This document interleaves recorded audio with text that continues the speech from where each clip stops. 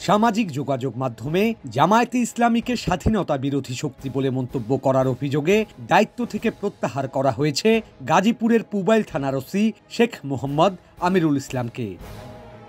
সম্প্রতি গণভোট প্রসঙ্গে জামাতের কেন্দ্রীয় আমির ডাক্তার শফিকুর রহমানের গণমাধ্যমে প্রকাশিত এক সংবাদের কমেন্ট বক্সে গাজীপুরের পুবাইল থানার ওসি আমিরুল ইসলাম মুরাদ লেখেন, আগে গণভোট দরকার, যে স্বাধীনতা বিরোধীদের এই দেশে রাজনীতি করার অধিকার আছে কিনা।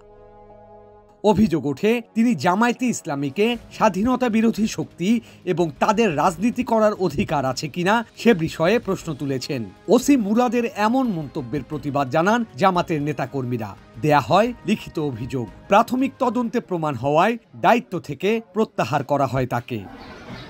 গাজীপুর মেট্রোপলিটন পুলিশের ভারপ্রাপ্ত কমিশনার জাহিদুল হাসান জানিয়েছেন, এ বিষয়ে একজন এডিসিকে তদন্তের দায়িত্ব দেয়া হয়েছে। সামাজিক যোগাযোগ মাধ্যমে মন্তব্য যাচাই বাছাই করা হচ্ছে। পরবর্তী নির্দেশ না দেয়া পর্যন্ত অভিযুক্ত ওসি পুলিশ সদর দপ্তরে সংযুক্ত থাকবেন।